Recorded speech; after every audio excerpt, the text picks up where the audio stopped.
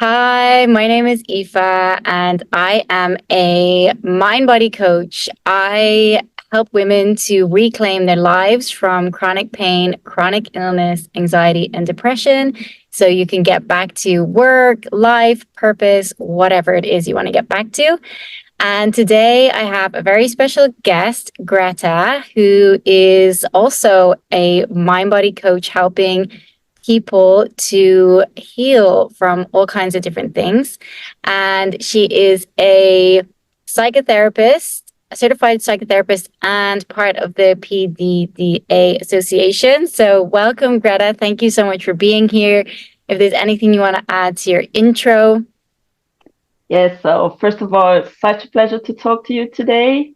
I'm super excited where this journey will take us. And greetings from Hamburg, Germany, where I'm based.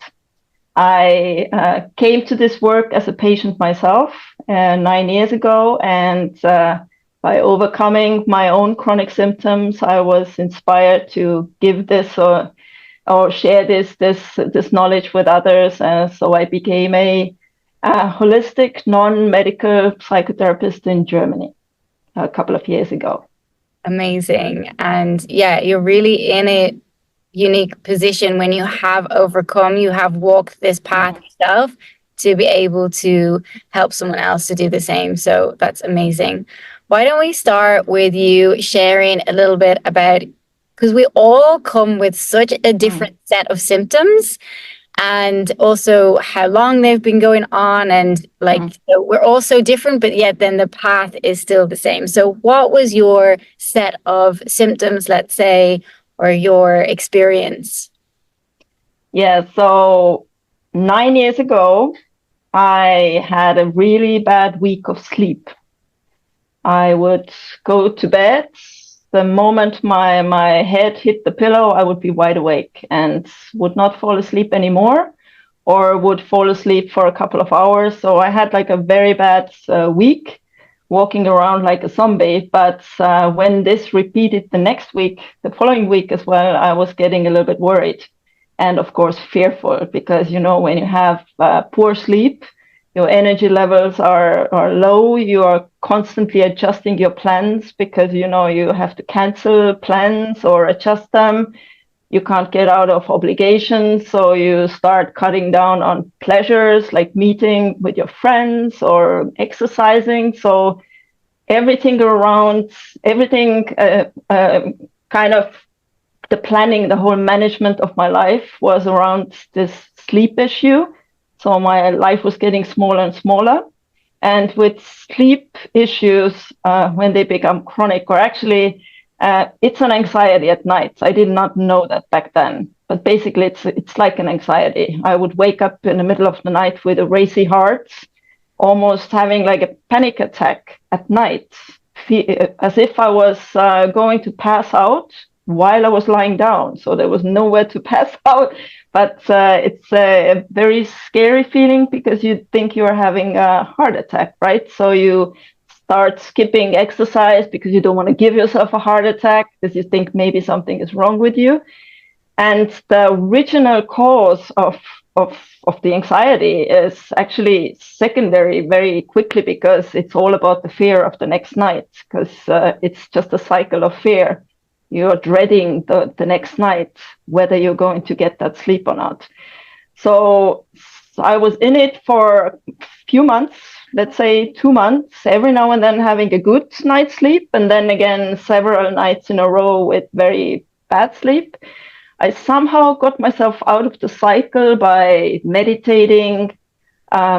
I read the book by the late Louise Hay, Heal Your Life, which talks about symbolism behind your symptoms. So, and gives the reader some positive affirmations to kind of calm yourself and give yourself love. So I was doing that.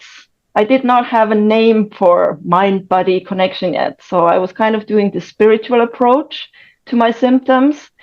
And week or two after this, after I got my sleep back, my back would start hurting, my lower back, and it would not go away. And I did not make a connection that these two are the same. right? So for me, now my backache was something medical. I had not hurt myself, but I went to the doctor. I did the whole, everything that we do. We go to a doctor, we get our MRI. I got 3 different diagnoses: herniated disc, bulging disc, spasm syndrome of the lower back. I started physiotherapy. I quit. I've always been a physically active person, so I had to quit my exercise, my dancing, which is therapy for me, and did physiotherapy, hoping this would get better. It did get a little bit better, but I then had like a kind of a near collision accident with a car while I was cycling. The car was actually rolling very slowly out of a dark kind of like a backyard, didn't see me, and I could brake. So nobody got injured. There was no injury, but I was so much in the shock that the next day my back pain was like spiking again. And I'm like, I can't live like this. I've been doing physiotherapy for 2 months and now I'm back to square one. So that's when I remembered that I had bought a very familiar story, probably for you as well. I had bought the book by John Sarno, Healing Back Pain, and I had bought it but not read it. It was on my bookshelf. So I remembered it like, okay, I'm so desperate, I'm just going to read it. And I read it, I think, in 2 days. And like everybody, people on your YouTube channel have also mentioned it. It's like reading a biography or autobiography. You recognize yourself on every page, and it was like this aha moment of that's what's going on. But I had still not made the connection to my sleep disorder. So my back pain went away within a couple of days after reading the book, and then my sleep disorder came back. And that's when I realized, okay, guys, this is an ongoing process. I have to find out more. The work's not done yet. I need to do a deep dive into the whole past because I had done a lot of self-reflection by that time, and I knew that all my chronic symptoms of the past, strange symptoms that had come and gone, were all the same.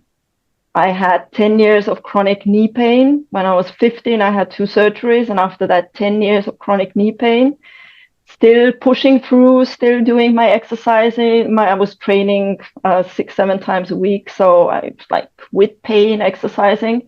I had developed a strange apple allergy for 2 years. I could not eat any apples, would get a rash on my skin. I think I was 14. I had pelvic pain for a year. I had gluten intolerance. All of a sudden, out of nowhere, Achilles pain for some 3 months. That would also go away. And then sleep disorder, anxiety when I was in my teens. So it's like, okay, this is all the same. It's just a different set of symptoms, but in the end, it's all the same. And it seems to be a way for my brain to react. So I need to find out what to do about it because I don't want to be getting all kinds of symptoms and being sucked into this cycle every time. And 9 years ago there were not so many channels, or podcasts were not a thing yet, and there was just basically one website, TMS Wiki by Alan Gordon, with all the information and the community of people who were kind of part of this mind body underground revolution, as I'd like to call it. So I reached out to Alan Gordon through the websites, and he was director of the Pain Psychology Center in Los Angeles back at the time. And I was assigned a pain therapist, a beautiful, young, talented, super empathic, super friendly, such a sweet little soul of a psychotherapist, Christy Weepy. She went by her maiden name back then. So we did a lot of resolving and a lot of emotional work together. And that was really life-changing for me because I needed somebody. I understood the material. I understood the connections by that time, but I wanted to do the work deeper than just on the surface. And working with a pain therapist helped me.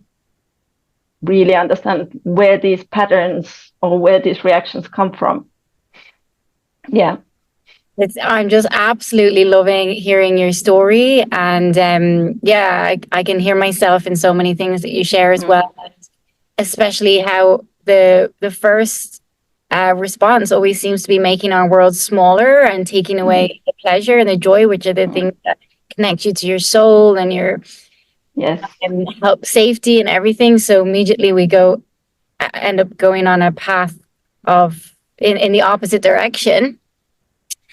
And the symptoms moving around. I really had this. Don't think I really had sleep problems until I started the mind body healing, and I had a very rapid recovery with my IBS, which I had since I was a young child. And then, so my IBS completely went, and then I had serious sleep stuff. And but yeah, I was already all in on this mind body journey. So I knew, okay, I just have to keep going, keep applying the same tools to it. But I also love how you shared like that you went and you got help, even though you had already done a lot of self-reflection and you'd already, you were doing Louise Hay. And for me, this was a really interesting part of the journey, a very humbling, let's say, very humbling part of the journey for me, because even though I was still quite young, I was in my early 30s. I had spent the previous like 10 or more years doing therapy, psychotherapy, psychoanalysis, meditation, self-reflection. So to realize that there was still so much more, going on, was very humbling for me. But it was really what opened everything up, and it also empowered me, because I realized, right, there's more to change, there's more to do, and this will really work. So it was very empowering. And yeah, so just taking the support to do that. And also another huge thing that I heard throughout what you were sharing was, so for me, I had been told my whole life that I was a complicated case. I was told by doctors, I was told by like the top pediatrician in Ireland that I was mystery girl. I was told by like, Chinese herbalists I was complicated. I was told by like everyone that I was so complicated. I had stomach problems, I had mental health problems, I had long list of different health problems, and I was constantly being told I was like this difficult, complicated case. But when I found the mind body connection, I was like, this is not complicated at all. This is, and like the way you kept saying throughout when you share there that oh, this is all one thing. This is all one thing. And I have goosebumps even saying that, because to me, that was the most liberating and empowering moment of my entire life, because I had been told since I was a child that I was this complicated, difficult medical mystery. And like I was never getting out of it. And the top people in the world couldn't get me out of it. And this moment of peace that I got and relief, that this is not complicated at all. This is one problem. My body is in a state of stress, and there are things that I can address and that I can change to shift that. And my nervous system is connected to all parts of my body, whether it's my knee or my stomach or anxiety or sleep. And this is going to help. It's like an overall solution, and the relief I felt was huge from that. And it would have taken maybe one person, one sentence to give you this relief already earlier, right? One person would have said, okay, we need to take a look at the psychological side of the biopsychosocial side, or all aspects of your symptoms. But to only go and treat this from the medical point of view, it's the same with my knee pain. I did light athletics for 13 years. It's started as a child and stopped around when I was 20. And I had the knee injury was, it happened in training. So I was, working out or going to training 6, 7 times a week. And the doctor would tell me, to a 15-year-old person, you're probably not going to squat again. And I'm like, it stayed with me. It was like a stamp in my brain. It would stay with me. So basically, you now have a bad knee. You can't squat with that knee. And I was a hurdle runner. So how can I not squat with this knee? My knee has to do stuff. So I adjusted. I was the girl always wearing my knee brace. If I forgot my knee brace, the knee support, of course, it would hurt even more. I was pushing through the pain. And in the end, it could have been just that one doctor telling me as a 15-year-old, says, okay, it's going to hurt for a while, but give it some couple of months, and then it's going to be as good as new. Your knee will never win any contests, beauty contests again, because, it's messed up inside. We've had to operate on it. But it's going to be fine. You're a young person. You're going to run faster than before. You don't have to think about it. It's your body's going to heal. So it just give me this kind of reassurance, and I wouldn't have had this stamp for 10 years. And so sometimes really this one sentence, either you read it or you get it from your doctor. Doctors have so much power over us. Just give me this one sentence, and I will go home with hope instead of fear. For sure. And then there's also like because I was doing so much mental health work and psychological health, but they were both separate as well. It was like the mental health, the physical health. They're just two different things. You go to your mental health person and your physical health person, but no one was really, even though I had studied holistic therapy and Chinese medicine and all these different things, no one was really solidifying how they are so connected. Yeah.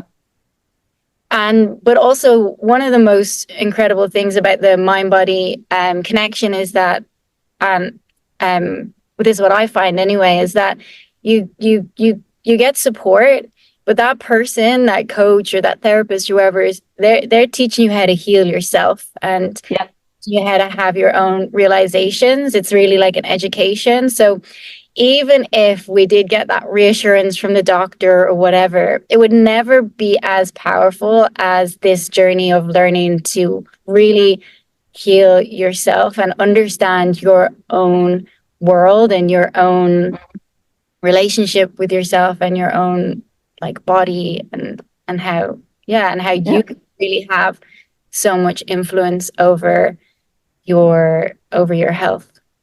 Yes, and I mean it's an ongoing journey. It's like it's really like a foreign language you've learned. You live abroad, I live abroad. I don't speak my mother tongue with my partner, so I've had to learn a foreign language, which is now a language I speak at home, right? And I kind of see it as a foreign language I've had to learn over the last couple of years or over the last years to talk to my brain and my nervous system and my body. And, it's if I want to communicate with them, and check in with myself, I have to speak that language because they don't speak the language I was brought up with. They want to protect me. So I kind of have to understand what they are trying to communicate. I still get a flare up, which is fine. It's absolutely normal because, I'm living a stressful human life, but I need to understand that that's their way of communicating with me in their language. They're just trying to protect me. They're just checking in if everything is safe, if we are going to survive the day, right? So I almost see it like, something that has become so much part of my life, like, brushing your teeth every day. It's like, just because your dentist says your teeth are fine, you don't stop brushing them. You still brush them every day because you don't want to have cavity. You don't want to have the dentist tell you the next time, oh, you have cavity there. because you didn't, brush your teeth. So you're constantly applying this. You're never really done with it. And it might sound very, unmotivating to somebody struggling right now. It's like, when am I done? How long will I now be, journaling for the rest of my life? Yes, because you're going to love it. You're going to love it. You're going to love the communication you will learn with your body, with your nervous system and your brain. And it sounds corny and it sounds arrogant to those struggling right now that, you're going to love the lessons you've learned from your symptoms, but you are, because the system is working, the communication channels are open now. They can, they can still talk to you, and they can still do flare-ups, and they can still go into stress reaction, and that's fine, but you know how to communicate with them. You know when to calm them down and say, my brain, sorry, this is not a dangerous situation. You don't have to overreact. Or nervous system, this is nice stress. Not every stress is bad stress. We can handle stress. So it's a kind of you apply this every day, and it becomes something so natural. Or at least this is how I see it, and this is how I wish this to be for everyone. It's not a burden. I completely agree. And I love how you described, I often say this as well, it's just you're learning a whole new language. But I love how you said that it's like we were born into this world and we learned a language, but it wasn't the right language of communication with our true selves or our bodies.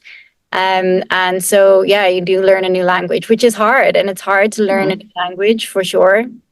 But it's so humbling. And once it becomes so natural, then, like you said, then all these kind of flare-ups and life and all these different things can happen. And you're just always it's always a new and fresh opportunity to learn more about yourself and to get better at this language. And yeah, like for me, every time I go through like some sort of flare up or return of symptoms or new symptoms or whatever it is, turbulence, I'm just using the same tools. I'm getting better at this language, and I always come out the other side feeling like really more humbled, more tender, more compassionate with myself. And it really is a profound lesson, I find. Yeah. I'm using these tools. Things improve or change in relationships around me, and yeah, so it's like a whole different way to be living life. But it's not like just arrive.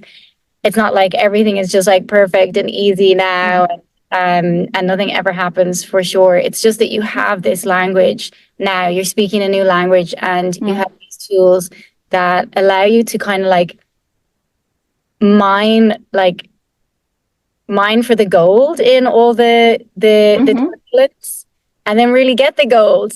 You get the gold from those situations, and you really can feel that that outcome, even though you do also want to be outcome dependent, and you're not going to use the tools just so that you can feel a certain way. And another thing I've been really just playing around with in my own world, in my own head, in my own life, is the idea of peace. And so, like, for me, I'm still like working on things in my life. And when I think about what I want, why I want to achieve these things, is mostly because if I dig deep, I really ask myself, what do you want from this? What do you want from this? It always comes back to, I just want to feel peace. I want to feel at peace. I want to feel safe and content. And I think it's the same when you come looking for resolution to your symptoms. What you really want is, for me, what I really wanted was a feeling of peace. So I've been, just using it on myself in my own life and what I'm up to, and also with my clients, to use your tools to find a moment of peace. Yeah. And rather than to get rid of your symptoms rather than using whatever your tools are that you find work for you, but to use them to find a bit of peace and to focus on peace and pleasure, as Yeah, you know, play and social connection. It's just so healing. Yeah, and even focusing, in terms of like monitoring your results, to focus on like, am I playing? Am I having social connection? Especially when you've gone down the route of like your world getting so small. Is my world getting bigger? Am I having this social connection? Did I feel some peace? It really helps take the focus off the symptoms, I find. Yeah, for me, one of the biggest lessons was flexibility. This is something that I'm like preach in my sleep. Flexibility in everything. Flexibility about your symptoms. Like, you have 100% symptoms now, you want to be 100% symptom free. Now you have to do the work 100% every day, and every day it has to be a little bit better. That's not flexibility. You need to introduce flexibility in your thoughts, in your feelings, in your belief systems, in your relationships with yourself, with others. And this was, for me, one of the turning points and one of the aha moments. Again, flexibility in feelings. Like, you can have contradicting feelings about somebody or something, and it's okay. You can love somebody, and you can find them disgusting at the same time in certain situations, and that's okay. It doesn't take away the love, or away from the love. You can still love them 100%, but you can have different feelings about the same situation or the same person.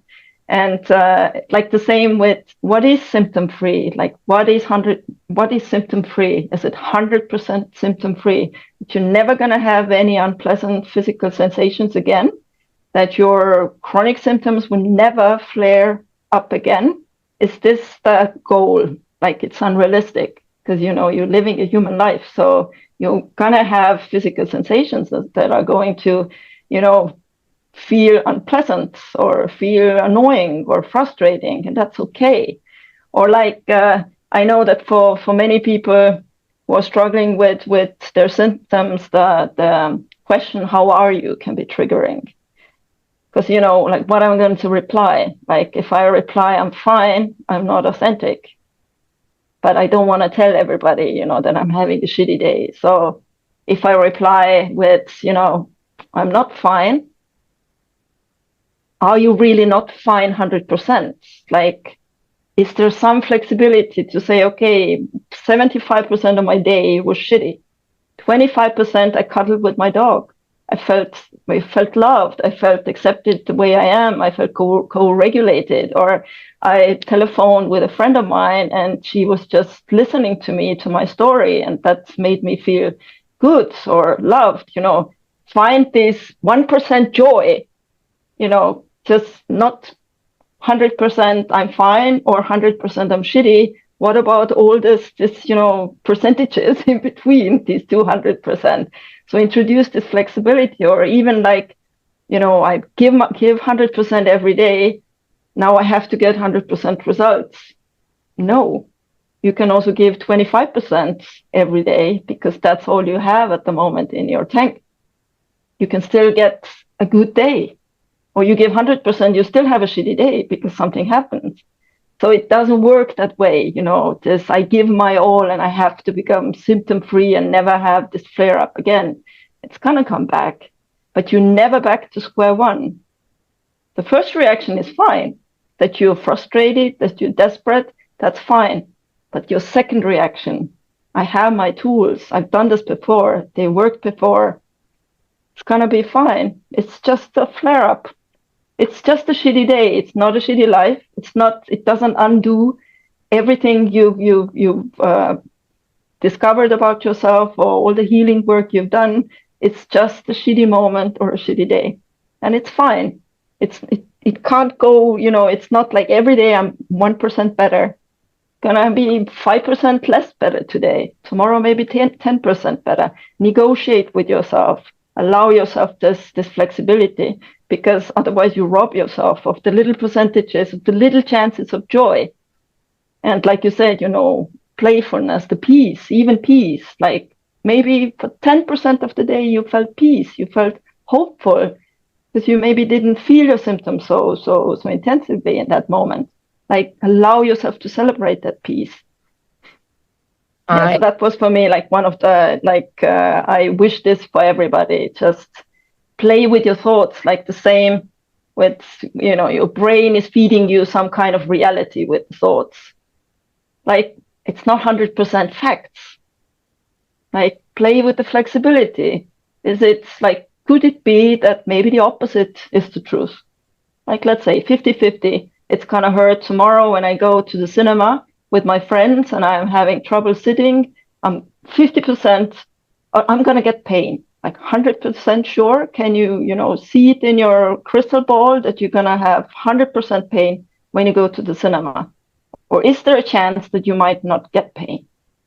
Okay, there's a 50% chance that I get pain.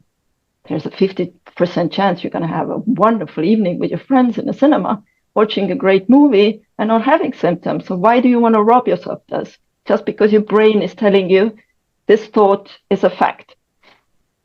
I Yeah.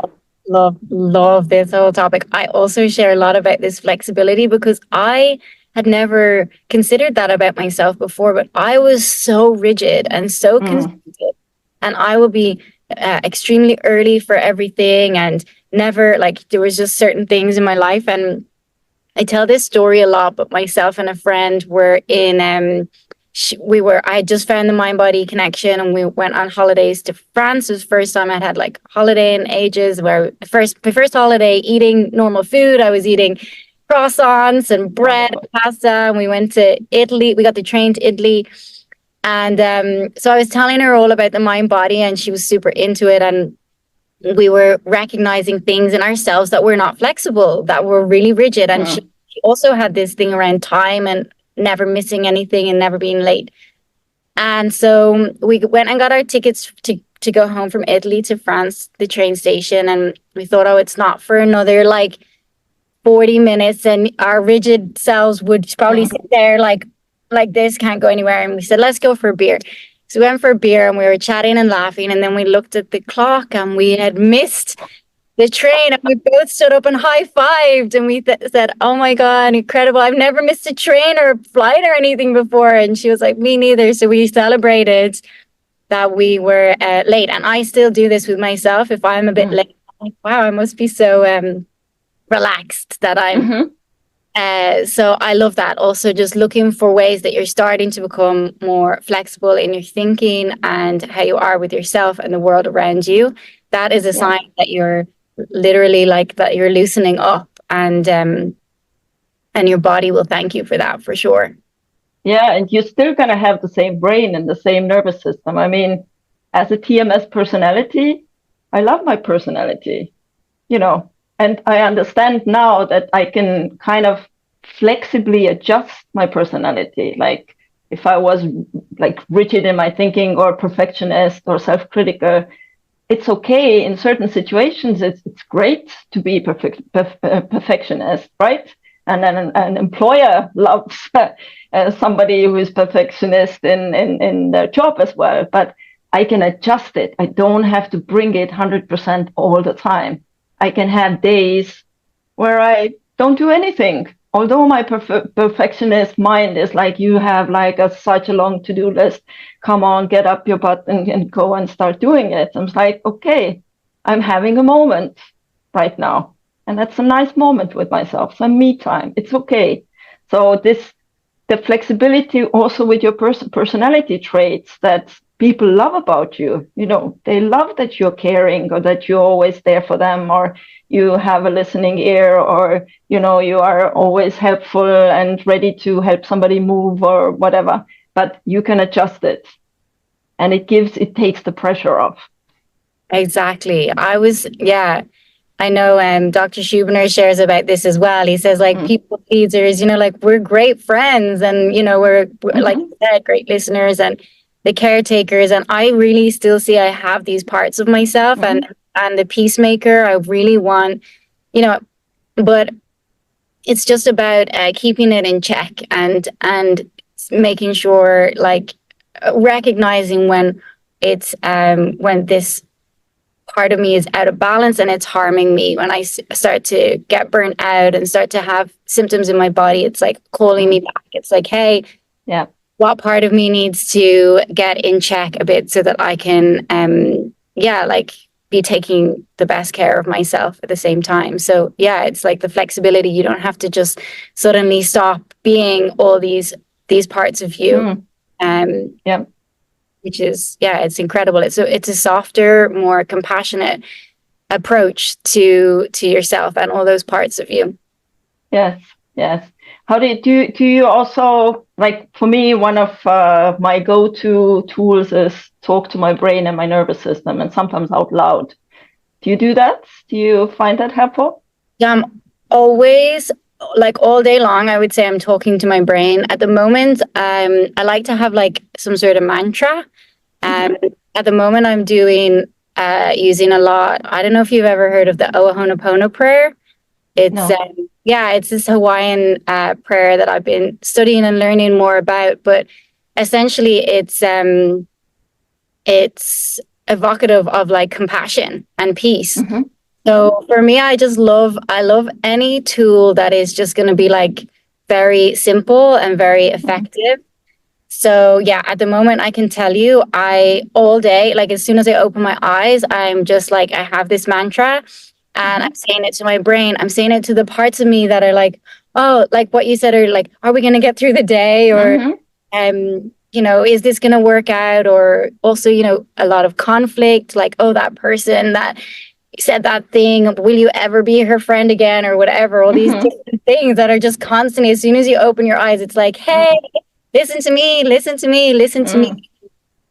And I'm just like, hey guys, okay, let's go. And I'm like saying this prayer that's evocative of like peace and resolution. And I just, then once I can find a tool that I can use like that, then I just know, everything will figure itself out in its own time. The conflicts that I need to, address, I'll address them in their own time when my energy is better or whatever. And so yeah, I would be talking to my brain and my body and those parts of me all day long, to be honest. And like you said earlier, that might sound like an effort. And like it is hard in a way because it's very humbling. Like you're really taking responsibility for a lot more in your life and in your health. And, also you're seeing parts of yourself that you didn't see before and you're allowing that to happen. So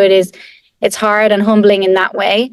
But like you said before, it's such a joy. I just feel so lucky and so privileged every day when I wake up and I have these tools and I have this understanding. And I'm like, cool. What do I really have to do all day?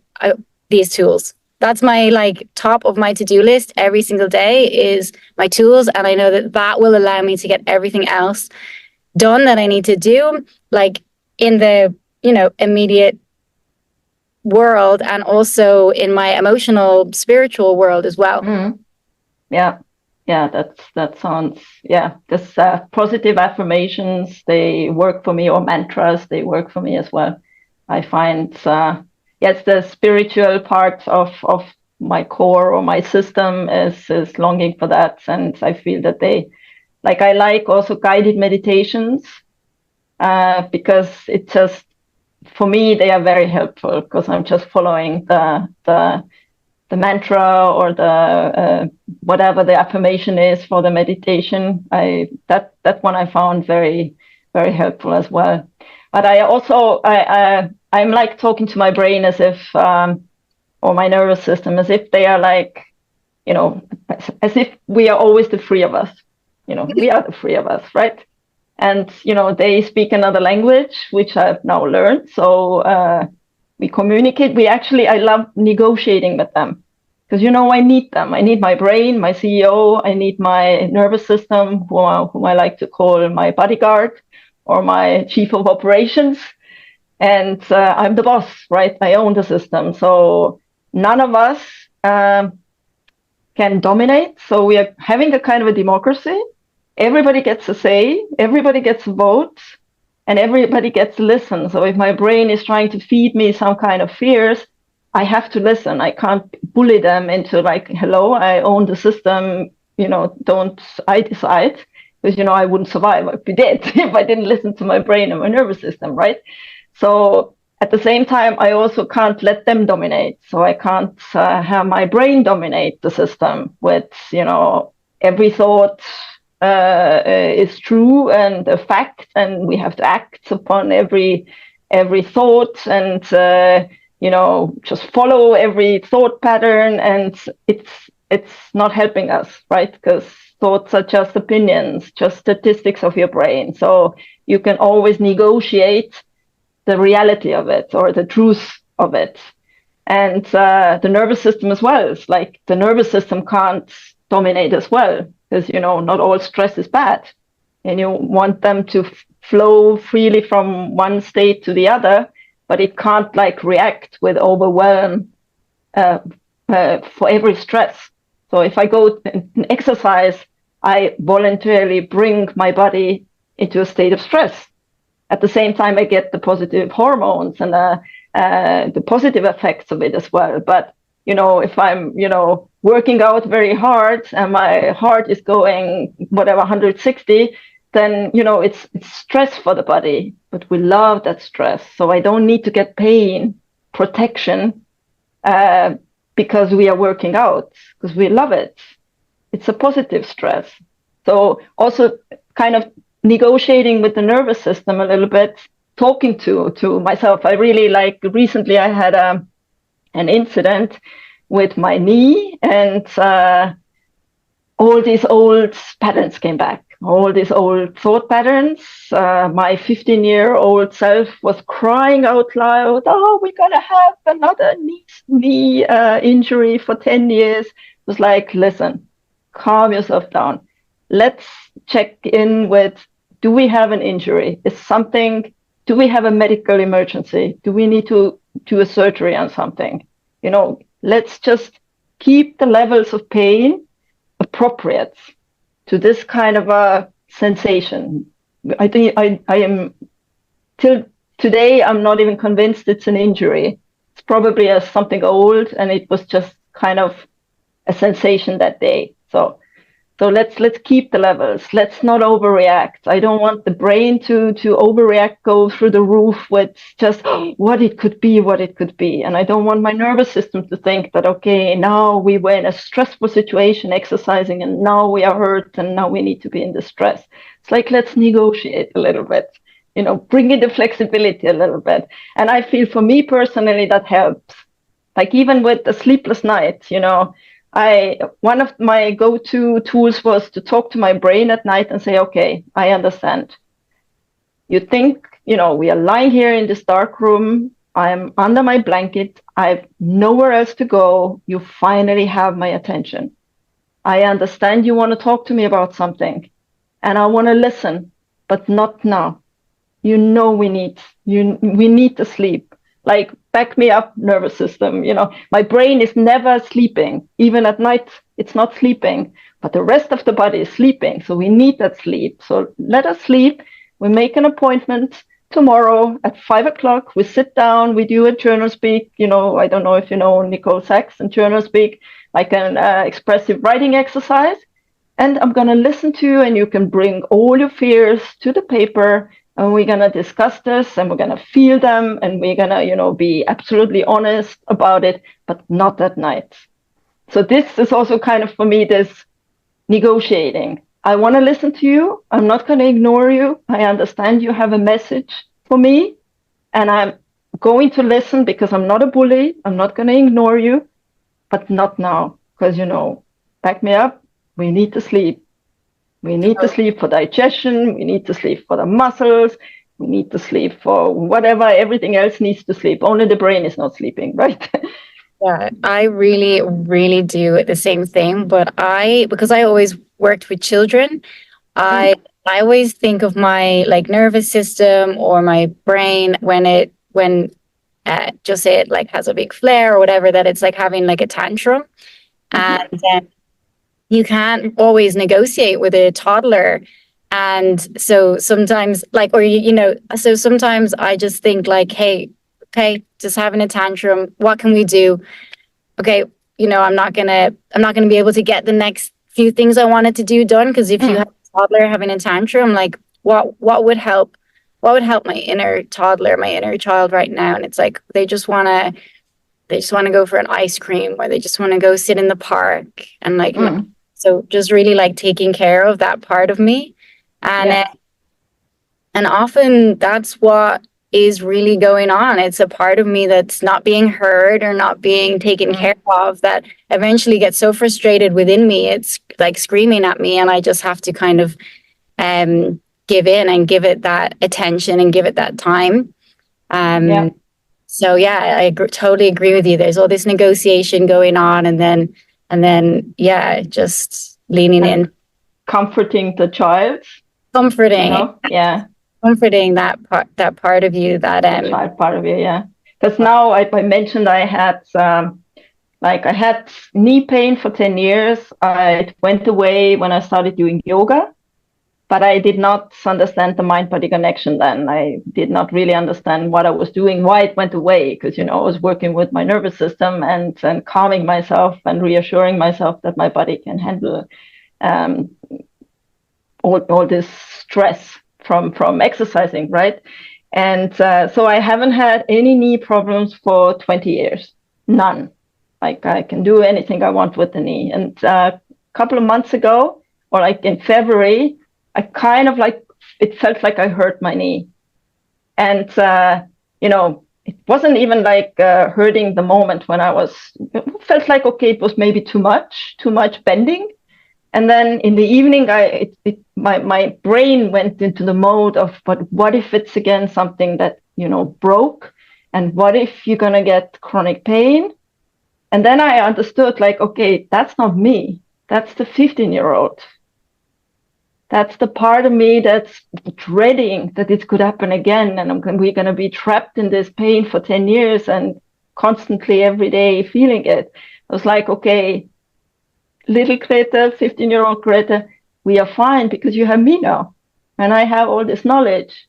We are not going to be stuck in this pain for the next 10 years. We're not going to have it even chronic. It's just going to, heal. I love that, because there are actually, those symptoms are full of memories. Yeah. All our Yes. symptoms are full of memories. They're full of the memories, the grief, like the fear, the things that were said to us. They're full of memories. And I actually find, just like you shared, when just say an old symptom comes back, it is an opportunity to clear some of those memories. And it's I also, I mean, I use this Ho'oponopono prayer a lot, but I also do this thing. I'm like, hey, you didn't have me back then. We didn't know what we knew. I've got you now. I wasn't here, basically. I didn't have this strength that I have now. And so, yeah, and then that part of you can calm. So, yeah, I really like those symptoms are just so full of memories and emotions and information, like, incorrect information. And it's just can be a matter of over time, just clearing and resolving all those parts. And that helps the symptom then to lose its grip.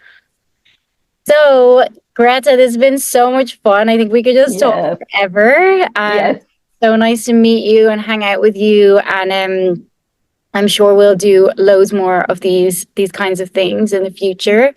And I will leave all your details in the description so that anyone who wants to find you can find you and get in touch with you.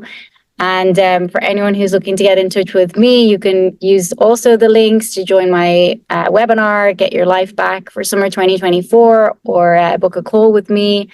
And yeah, I have absolutely loved this. Everything that you've shared, I know anyone listening will really appreciate it. So get in touch with Greta if you're interested in connecting with her more.